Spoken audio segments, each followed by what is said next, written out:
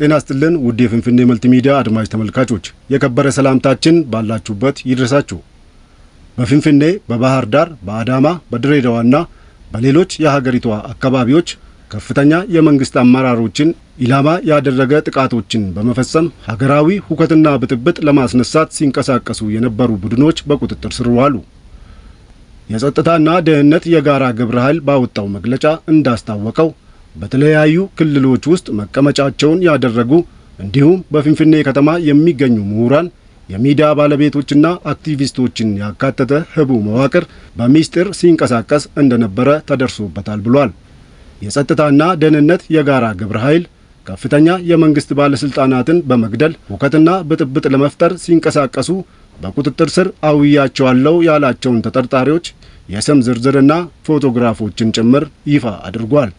በዚህ ምስጢራዊ ህቡ መዋቅር ውስጥ የተለያዩ ተልእኮችን አንግቦ ሲንቀሳቀሱ የነበሩት ዶክተር ወንደሰን አሰፋ፣ ረዳት ፕሮፌሰር ሲሳይ አጉቸው፣ ፕሮፌሰር ማረጉ ብያ በይን፣ ዶክተር መሰረት ወርቁ ተስፋዬ ወልደማርያም፣ ተስፋዬ የኋላሸት ፋሲል፣ ሰለሞን ልመን ከተማና መንበረ የተባሉ ግለሰቦችም በህቡ አደረጃጀቱ ሲሳተፉና ሲያስተባብሩ በቁጥጥር ስር ውለዋል።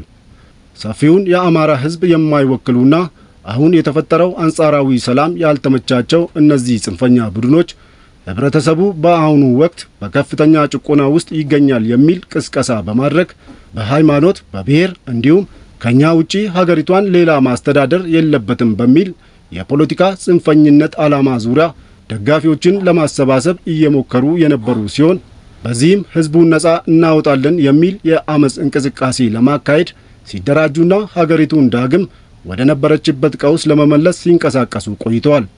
ይህንን ዓላማቸውን ከግብ ለማድረስ በአማራ ክልል ውስጥ በሁሉም ስፍራዎችና በፍንፍኔ እንዲሁም በሀገሪቱ በሚገኙ ሁሉም ዩኒቨርሲቲዎች ተማሪዎችን በአካባቢዎቹ ከሚኖሩ የብሔሩ ተወላጆች ጋር አስተሳስሮ የማደራጀት ስራዎችን ሲሰሩ ነበር። በተቀናጀ መልኩ ህቡ ወታደራዊ ክንፍ በማደራጀት በጦር መሳሪያ የታገዘ የከተማ ላይ ጥቃት የመፈጸም እቅድ እንደነበራቸው በተለይ በየደረጃው የሚገኙ የመንግስት ባለስልጣናት ላይ ጥቃት በመፈጸም ህዝቡን የማሸበር ተልዕኮ አንግቦ ሲንቀሳቀሱ መቆየታቸውን ነው የጋራ ግብረ ኃይሉ ያሳወቀው። ከላይ በተገለጹት ህቡ አመራሮች የተዋቀረው የፍንፍኔው የአደረጃጀቱ ክንፍ በክፍለ ከተማው ለዘረጋው መዋቅሩ በርካታ የተለያዩ የነፍስ ወከፍ የጦር መሳሪያዎች፣ ተቀጣጣይ ፈንጂዎችና ቦምቦችን ወደ ከተማዋ አስገብቷል። ከነዚህም ውስጥ ግዛት የተባለ ባህር ዳር ዙሪያ ቁንዝላ አካባቢ መቀመጫውን ያደረገና በፍንፍኔ ውስጥ ለሚገኘው ህቡ ክንፍ የተለያዩ ሎጂስቲኮችን የሚያቀርብ ግለሰብ በርካታ የእጅ ቦምብ በተለያዩ ክፍለ ከተማዎች ለሚገኙ የቡድኑ አባላት እንዲያስረክብ አቅጣጫ የተሰጠው ቢሆንም በተደረገው ክትትል በቁጥጥር ስር እንዲውል ተደርጓል። በተጨማሪም በፍንፍኔ ጣፎ አካባቢ በሚገኝ የቡድኑ አስተባባሪ በሆነው ዳዊት አባቡ ቢተውና በፍንፍኔ ካራ አሎ አካባቢ ነዋሪ በሆነው ታደሰ ወይነው ተሰማ ላይ በተደረገው ክትትል የተለያዩ የጦር መሳሪያዎችና የወታደር ዩኒፎርሞች በቁጥጥር ስር እንዲውሉ መደረጉን ግብረ ኃይሉ ለመገናኛ ብዙሃን በላከው መግለጫ አመልክቷል። ሙሉቀን ወንዴ ቢተው፣ ቴድሮስ ተሾመ አየነውና ሌሎችም በህቡ አደረጃጀቱ በነበራቸው ተሳትፎ መያዛቸውንና በህቡ አደረጃጀቱ ሲንቀሳቀሱ የነበሩ ሌሎች ተጠርጣሪዎችን በቁጥጥር ስር የማዋሉ ተግባር በተቀናጀ መንገድ እንደሚቀጥል ያመለከተው የጸጥታና ደህንነት የጋራ ግብረ ኃይሉ መግለጫ በቀጣይ ከጉዳዩ ጋር የተያያዙ ወቅታዊ መረጃዎችን ለህብረተሰቡ ተከታትሎ ያቀርባል ብሏል። ተደራጅቶ ጥቃቶችን ለመፈጸም አሲረዋል የተባሉት ግለሰቦች በቁጥጥር ስር መዋላቸውን ያሳወቀው የጸጥታና ደህንነት የጋራ ግብረ ኃይል የዋነኞቹ የሀገሪቱ ደህንነት ተቋማት ጥምረት ነው። በዚህም ውስጥ የሀገር መከላከያ ሰራዊት፣ የፌዴራል ፖሊስ፣ የብሔራዊ መረጃና ደህንነት አገልግሎትና የመረጃ መረብ ደህንነት ተቋማት ይገኙበታል።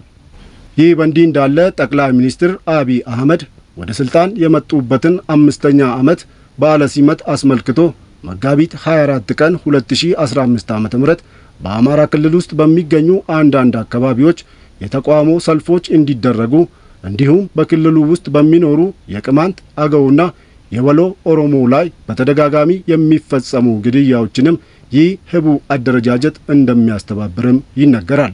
እንግዲህ ውድ የፍንፍኔ መልቲሚዲያ አድማጭ ተመልካቾች የኢትዮጵያ የጸጥታና ደህንነት የጋራ ግብረ ኃይል ያወጣው መግለጫ እንዲነገርናችሁ ስለተከታተላችሁን ከልብ እናመሰግናለን።